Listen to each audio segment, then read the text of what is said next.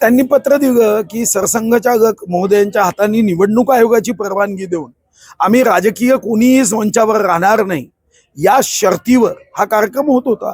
स्वर्गीय रतन टाटा साहेबांची इच्छा होती की हा कार्यक्रम त्यांच्या व सरसंघचालकाच्या उपस्थितीत व्हावं आणि स्वर्गीय रतन टाटा तर आमच्यात राहिले नाही, पण सरसंघचालकांना मी आग्रहाची विनंती केली ते आले।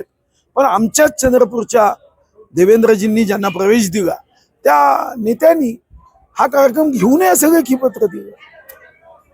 मला आश्चर्य झालं की असं पत्र सरसंघचालकांच्या बाबतीत कोणी देऊ शकतं।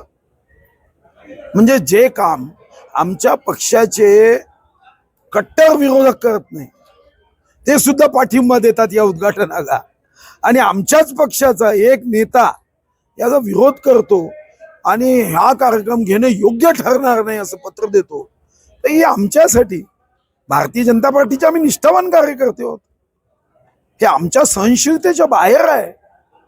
शेवटी आम्ही पदाची तमा करणार नाही। देवेंद्रजीच्या कानावर मी ही गोष्ट टाकली।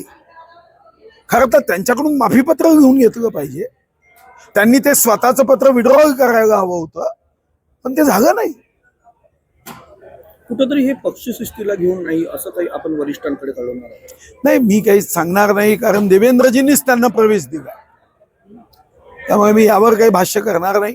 पण हे मला आवडलं नाही आणि मी प्रदेश अध्यक्ष राहिलो आहे, मला पक्षाच्या संदर्भामध्ये काय आपली जबाबदारी याची पूर्ण जाणीव आहे, पण जेव्हा संघाचा विचार येतो तेव्हा मात्र या गोष्टी सहन करण्याच्या बाहेर आहे आणि या मी आयुष्यात सहन करू शकत।